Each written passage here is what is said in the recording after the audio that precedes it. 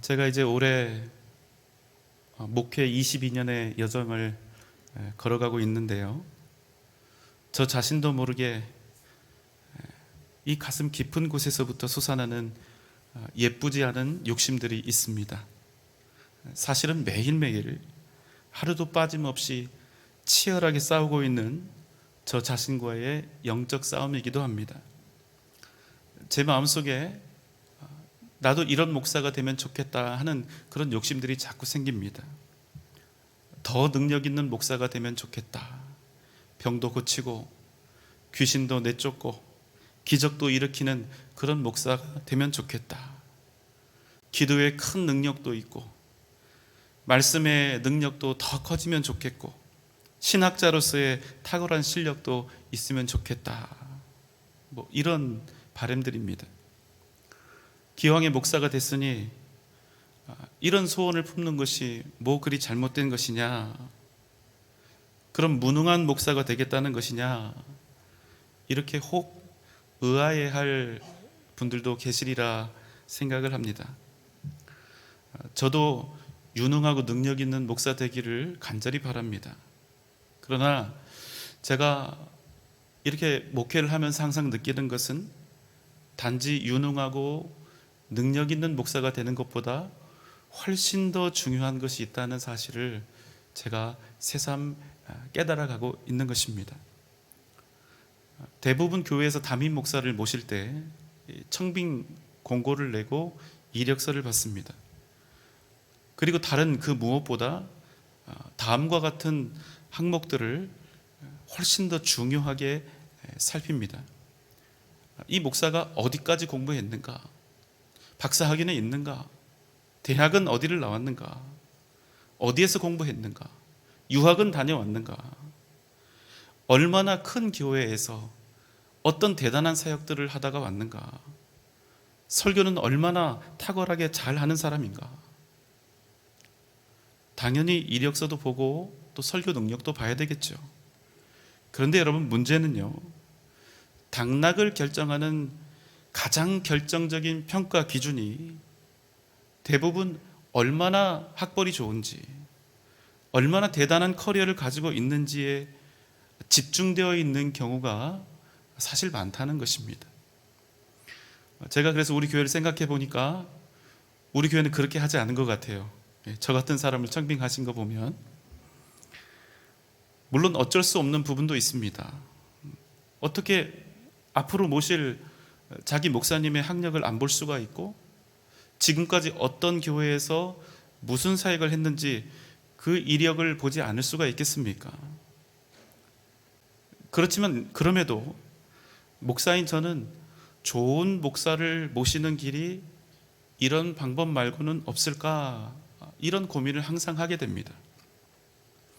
왜냐하면 많은 지원자들이 제출한 이력서에 나와 있는 몇 줄의 그 학력과 이력을 보고 또 단지 설교 몇 편을 평가해서 목회자를 청빙하는 것은 과연 이 많은 지원자들 중에 누가 더 능력 있는 목사인가? 누가 더 학벌 좋은 목사인가? 결국 이런 식이 될 가능성이 많기 때문입니다. 물론 목사의 학력, 설교, 목사로서의 이런 기본적인 소양과 설교자로서의 이런 능력들은 반드시 검토되고 또 꼼꼼하게 평가되어야 할 것입니다. 그러나 제가 드리고 싶은 말씀은 목사를 청빙하는 일에 있어서 그런 능력이나 능력 자체나 학벌보다 훨씬 더 중요한 기준이 있다는 사실을 간과하면 안 된다는 것입니다. 그래서 일부 교회에서 어떤 문제가 생깁니까? 수십 명 혹은 수백 명의 후보자 중에서 가장 경험이 많고 가장 공부도 많이 하고 누구보다 훌륭하고 뛰어나다고 여겨지는 가장 탁월한 목사를 모셨는데 그때부터 교회가 행복해지는 것이 아니라 오히려 불행해지는 것입니다. 어떻게 그런 일이 일어날까요? 그것은 그 목사가 얼마나 능력이 있는가, 대부분 이렇게 능력을 기준으로 목사를 청빙하는 경우가 많기 때문입니다. 제가 그래서 저에게 담임 목사 청빙하는 일에 대해서 자문을 구하는 분들에게 항상 드리는 말씀이 있습니다. 목사의 학력에 속지 마십시오. 목사의 큰 교회 이력에 속지 마십시오. 목사의 감미로운 언변에 속지 마십시오. 특히 목사의 탁월한 설교에 속지 마십시오. 공부 많이 한 박사학위 받은 나쁜 목사, 대단한 사역 능력을 갖춘 나쁜 목사, 너무나 은혜롭게 강단에서 설교하는 나쁜 목사들이 얼마든지 있을 수 있습니다.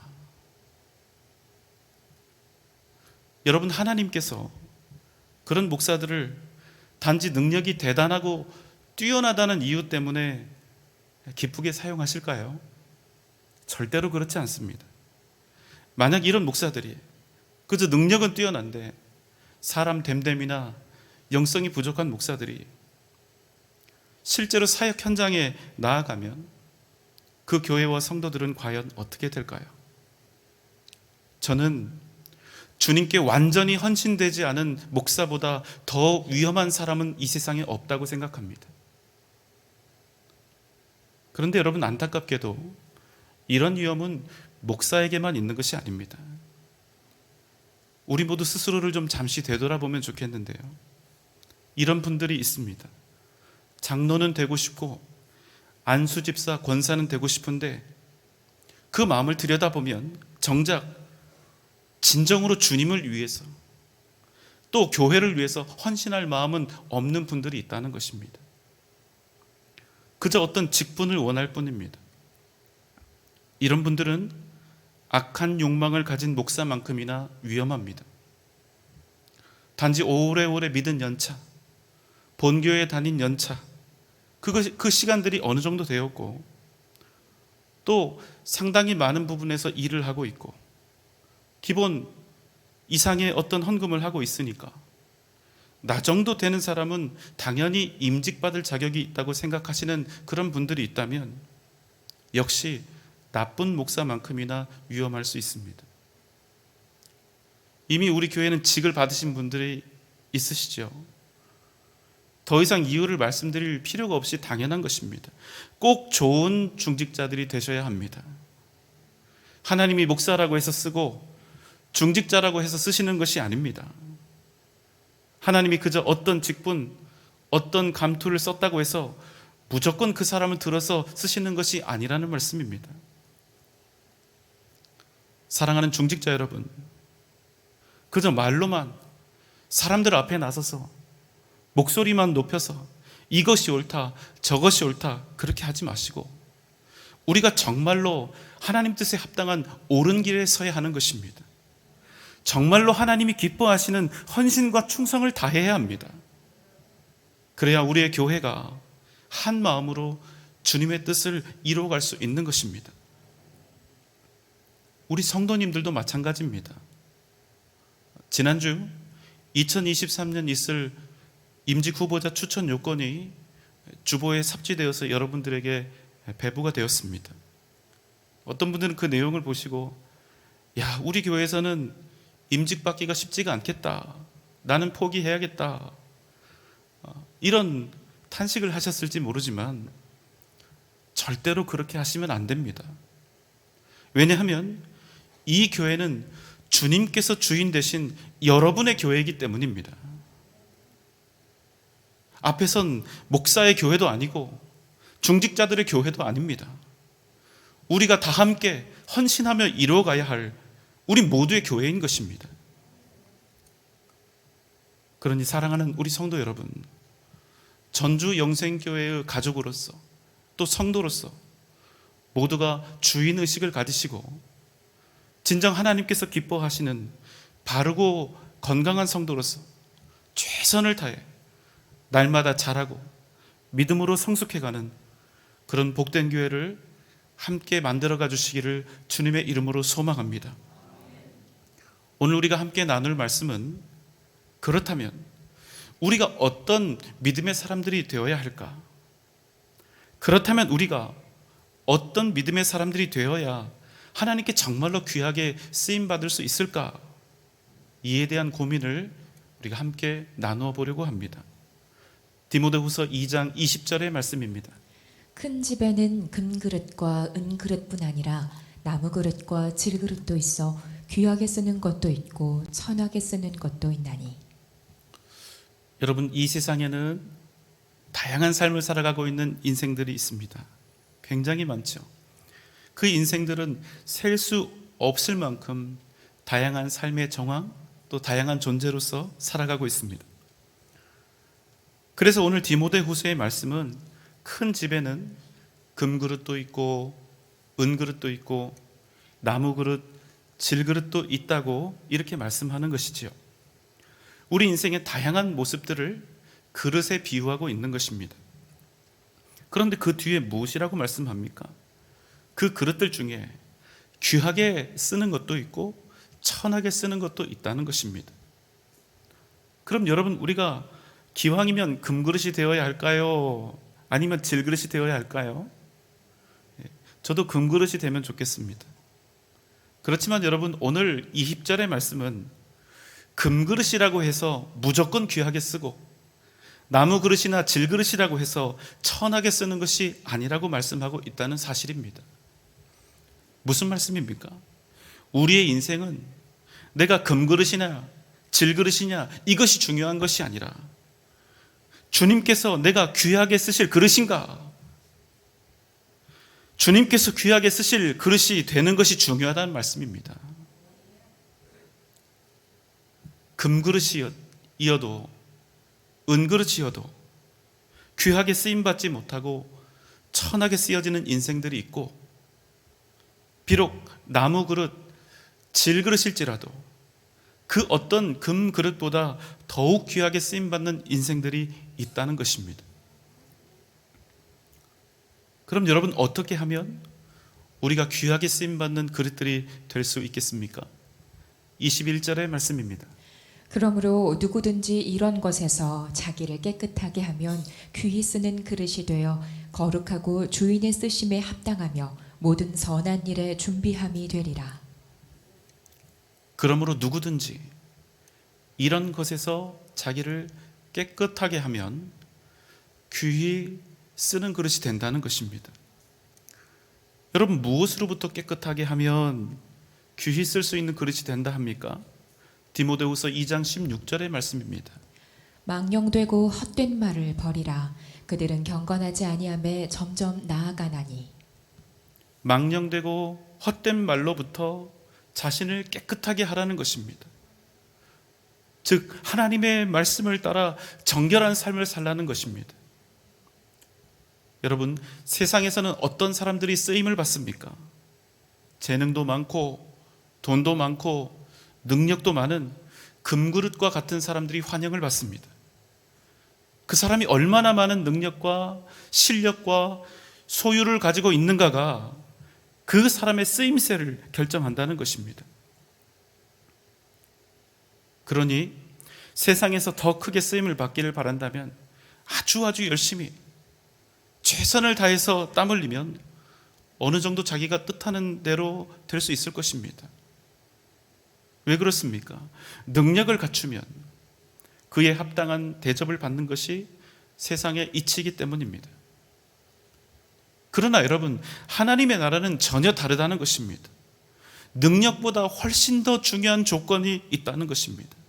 그것은 무엇입니까? 하나님 앞에서 깨끗해야 한다는 것입니다. 정결해야 한다는 것입니다. 그 사람의 마음과 생각이, 그 사람의 영적인 상태가 정결해야 한다는 것입니다. 여러분, 기억하십시오. 하나님께서 사용하시는 가장 중요한 조건은 그 사람이 금그릇이냐 은그릇이냐가 아니라, 그 사람이 비록 나무그릇에 질그릇이라 할지라도 그가 하나님 앞에서 자신을 정결하게 한다면 하나님은 그 사람 안에 거룩한 하나님의 뜻과 비전을 담아서 그 사람의 인생을 통해 하나님의 역사를 반드시 이루어 가신다는 것입니다. 여러분, 그렇다면 오늘 말씀에서 귀하다라고 하는 그런 단어가 나오는데 그 뜻은 무엇일까요? 여러분, 어떤 그릇이 귀한 그릇입니까? 무조건 금그릇이고 은그릇이면 귀하다는 것입니까? 아니요, 그렇지 않죠. 주님이 말씀하시는, 성경이 말씀하시는 귀하다는 의미는 단지 값이 비싸고 높음을 의미하는 것이 아니라, 단지 세상에서 능력이 뛰어남을 뜻하는 것이 아니라, 깨끗하고 정결하여 하나님 사용하시기에 합당한 상태, 바로 그것을 귀하다 이렇게 뜻한 표현을 한다는 것입니다. 조금 더 귀하다라고 하는 그 단어의 의미를 한번 살펴보려고 합니다. 여러분, 우리가 흔히 사용하는 그런 문장이 있습니다. 어떤 사람이 하나님께 귀하게 쓰임받았다. 또 기도할 때 이렇게 기도하기도 하죠. 하나님, 나를 귀하게 사용하여 주시옵소서. 여러분도 이런 기도 많이 하실 거예요. 이렇게 표현할 때 여기서 말하는 귀하다라는 단어의 뜻은 무엇일까요? 국어사전에는 귀하다라고 하는 말을 이렇게 풀어놓고 있습니다. 신분, 지위 따위가 높다. 아주 보배롭고 소중하다. 구하거나 얻기가 아주 힘들 만큼 드물다. 여러분, 국어사전에 나온 귀하다라고 하는 뜻이 이렇다 보니까 우리가 하나님께 만약 이렇게 기도한다면, 하나님, 내가 귀하게 쓰임받게 하여 주시옵소서, 이렇게 기도할 때는 어쩔 수 없이 다음과 같은 의미가 되기 쉽다는 것입니다. 하나님, 나를 아프지 않고 다치지 않고 고난받지 않고 고생하지도 않고 이 땅에서 부자로 권세자로 형통하게 능력 있는 자의 모습으로 쓰임받게 하여 주시옵소서, 이렇게 된다는 거예요. 하지만 여러분, 어떤 문제가 있습니까? 오늘 본문이 말씀하시는 귀하다라고 하는 그 의미와는 완전히 전혀 다른 뜻의 기도가 된다는 사실입니다. 여러분, 방금 전 제가 여러분께 말씀드렸던 귀하다의 의미를 다시 한번 떠올려 보시기 바랍니다. 주님께서 귀하다, 성경에서 귀하다 하는 그 말의 의미가 무엇입니까? 깨끗하고 정결하여 하나님께서 사용하시기에 합당한 상태, 이것을 뜻한다고 말씀을 드렸습니다. 그러니 여러분, 우리가 사전적인 의미로 귀하게 나를 사용해 달라고 그렇게 하나님께 구하는 것은 실제적으로는 하나님의 뜻을 구하는 것이 아니라 그저 세상에서 귀하게 여김을 받는 그 방식대로 무조건 형통가도를 달리도록 해달라는 그런 욕심 채우기 위한 기도가 될 수밖에 없다는 사실입니다. 여러분, 우리가 이런 마음이라면 과연 우리가 하나님께 정말로 귀하게 쓰임 받을 수가 있겠습니까? 이런 쓰임은 존재할 수가 없는 거 아닙니까? 우리가 성경 말씀에 등장하는 이 귀하다 하는 그 의미를 제대로 알지 못하면 우리는 그저 이기적인 욕망대로 행복하고 풍요롭게 넉넉하게 살아가는 것을, 그저 그런 것들만을 귀한 것으로 우리가 오해할 수밖에 없다는 것입니다. 제일 큰 문제는 무엇인지 아십니까? 우리가 귀하게 쓰인다, 이 귀하다라고 하는 그 말의 의미를 단지 세상에서의 형통과 부귀영화를 뜻하는 것으로 우리가 오해한다면, 우리를 살리시기 위해서 우리 대신 고난을 받으시고 십자가에 달려 죽으신 주님의 그 죽음 역시도 결단코 귀하게 쓰여진 죽음이라 말할 수 없게 된다는 것입니다. 오늘은 제 66주년 현충일입니다. 현충일은 어떤 날입니까? 6.25 전쟁이 끝난 후에 1956년에 이제 앞으로 6월 6일을 정하여 이 나라를 지키기 위해 목숨을 바친 이들을 기념하자 하고 정한 날입니다. 6.25 전쟁 동안 우리를 돕기 위해 왔던 유엔군 4만여 명이 전사했고 우리 국군도 40만 명 이상이 사망했습니다. 절대로 작은 수가 아닙니다. 정말로 많은 사람들이 죽었고 또 정말로 많은 사람들이 자신들의 생명으로 이 나라를 지켜낸 것입니다. 그러나 전쟁 밖에 있던 대부분의 사람들의 마음은 어떠했을까요? 내가 전쟁터에 나가 싸우는 것보다 아마도 어떤 사람들은 죽기를 바라지 않았을 것입니다. 그저 살기를 바랬을 것입니다. 어쩌면 자신과 자기 가족들은 전쟁이 끝날 때까지 이 전쟁에 휘말리지 않기를 바랬을 것입니다. 내 가족 대신, 나 대신 누군가가 그 치열한 전장으로 달려가 용맹스럽게 목숨 걸고 싸워주기를, 그리고 그 결과 반드시 이겨주기를 바랬을 것입니다. 그러면서도 한편으로는 나와 우리 가족은 이 전쟁에서 반드시 살아남고 다시 전처럼 회복될 수 있기를 바랬을 것입니다. 수백만 명이 죽는 전쟁통에서도 살아남고 예전과 같은 삶을 되찾고 혹 전보다 더 나은 그런 삶을 살게 되었다면, 자신들이 전쟁에서 살아남고 더 잘 살게 되었던 이 상황을 보면서 나는 복받은 인생이요 귀한 삶을 살고 있노라고 생각했을지 모릅니다. 하지만 사랑하는 여러분, 진짜 귀한 것은 누구의 인생이었습니까? 자기의 목숨을 초계와 같이 버려 이 나라를 구한 그분들의 삶, 아니 그분들의 죽음이 정말로 여러분 가치 있고 귀한 것이 아니었을까요?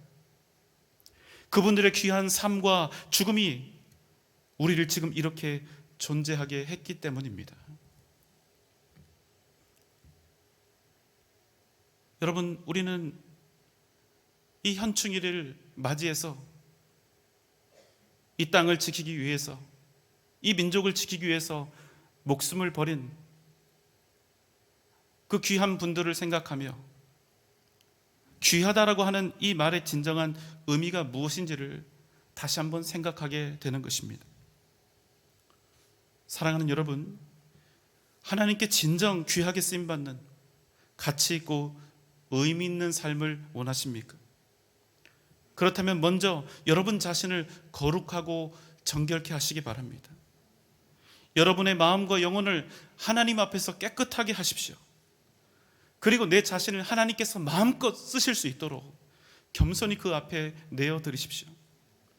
그럼 하나님께서 질그릇과 같은 우리의 인생을 붙잡아 귀하고 값지게 사용하실 줄 믿습니다. 고린도서 4장 7절의 말씀입니다. 우리가 이 보배를 질그릇에 가졌으니 이는 심히 큰 능력은 하나님께 있고 우리에게 있지 아니함을 알게 하려 함이라. 여러분, 우리 인생은 그 누구라도 예외 없이 언제라도 깨어지기 쉬운 연약하고 볼품없는 질그릇과 같습니다. 그렇지만 하나님께서는 질그릇과 같은 우리에게 예수 그리스도의 이 무한한 복음을, 무한한 가치를 가진 그 복음을 우리에게 담아주신 것입니다.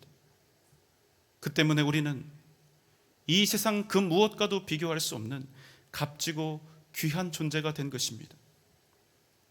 비록 우리가 가진 것이 없고 배운 것이 부족하고 건강하지 못하여 심히 연약할지라도 우리 안에 계시는 예수 그리스도로 말미암아 우리는 그 누구보다 값지고 귀한 그릇이 된 것입니다. 사도 바울은 주님을 만난 이후에 철저히 세상으로부터 돌아섰습니다. 이전에 자신이 세상에서 즐기던 모든 것들로부터, 지난날 세상에서 자랑으로 여겼던 그 모든 것들로부터 이제는 값없다 찬송하며 돌아섰던 것입니다.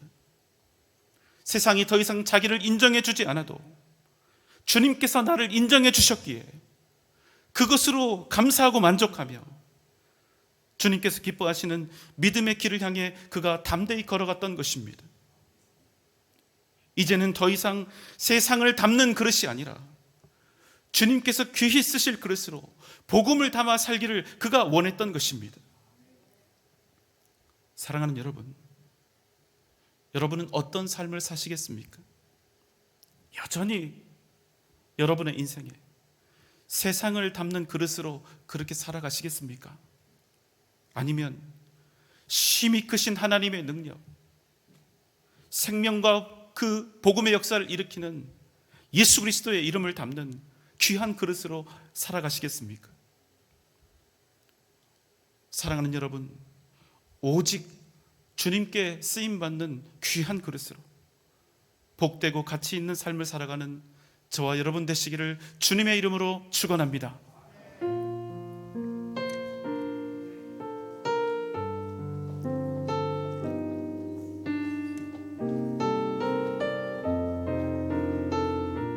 아무것도 두려움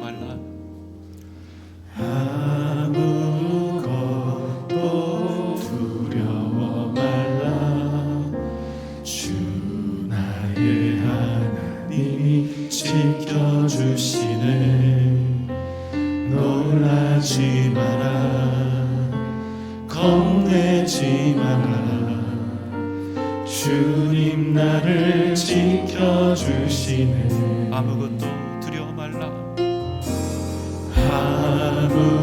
아무것도 두려워 말라 주 나의 하나님이 지켜주시네 놀라지 마라 겁내지 마라 주님 나를 지켜주시네 내 맘이 힘에 겨워 지칠지라도 주님 나를 지켜주시네 세상의 험한 풍파 몰아칠 때도 주님 나를 지켜주시네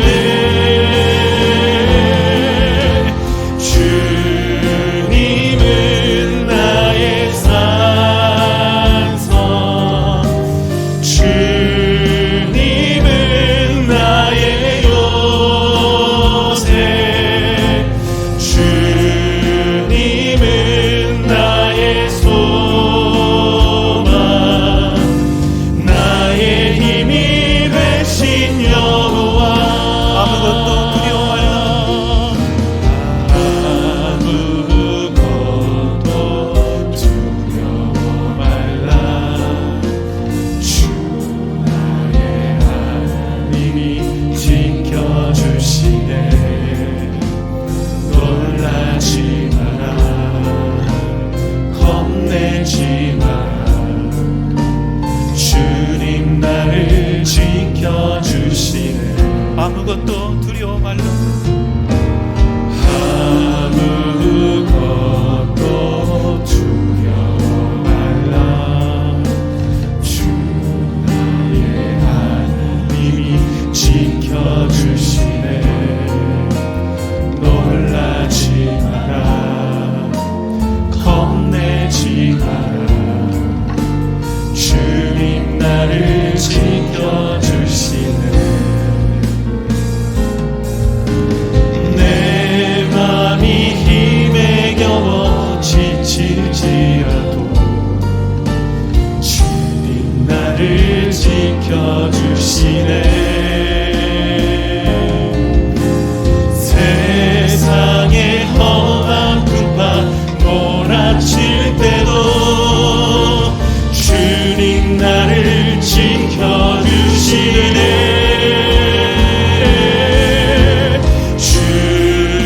주님은 나의 산성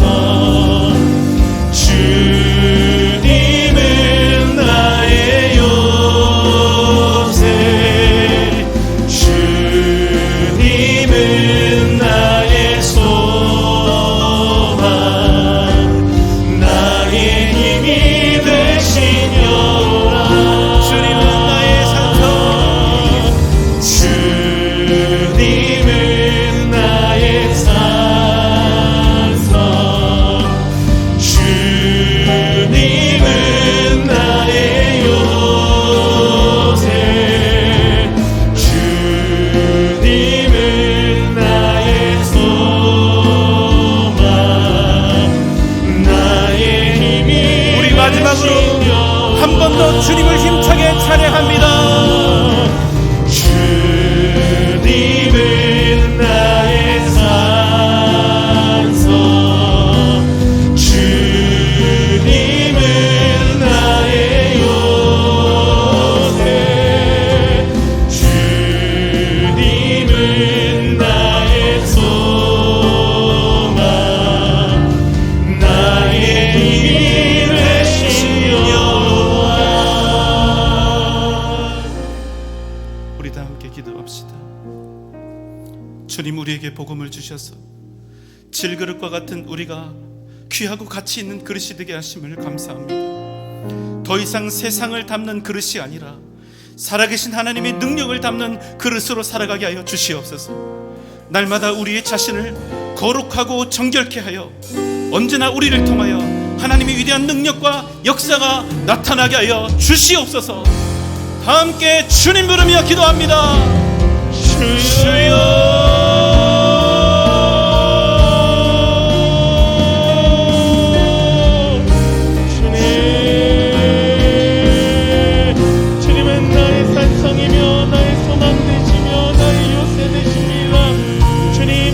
세상 가운데 주님의 그릇으로 쓰임받을 수 있도록 주님 인도하여 주시옵소서. 우리의 삶은 척박하고 우리의 삶은 너무나 부족한 존재들입니다. 주님께 쓰임받으며 귀하게 쓰임받는 거룩한 영혼이 되길 원합니다. 주여 인도하여 주시옵소서.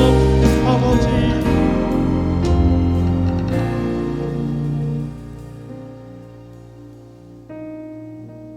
질그릇과 같이 볼품없고 가치 없는 우리에게 예수 그리스도 생명의 복음을 담아주시고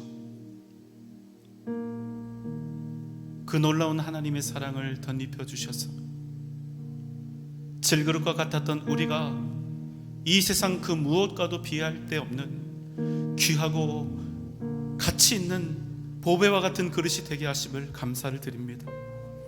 더 이상 우리의 인생이 세상을 담는 그런 그릇이 아니라 살아계신 하나님의 능력과 역사심을 담아내는 그릇이 되게 하여 주시옵소서. 날마다 우리를 통하여 하나님의 살아계심이 증거되고 이 세상이 변화되고 생명과 구원의 역사가 나타나게 하여 주시옵소서.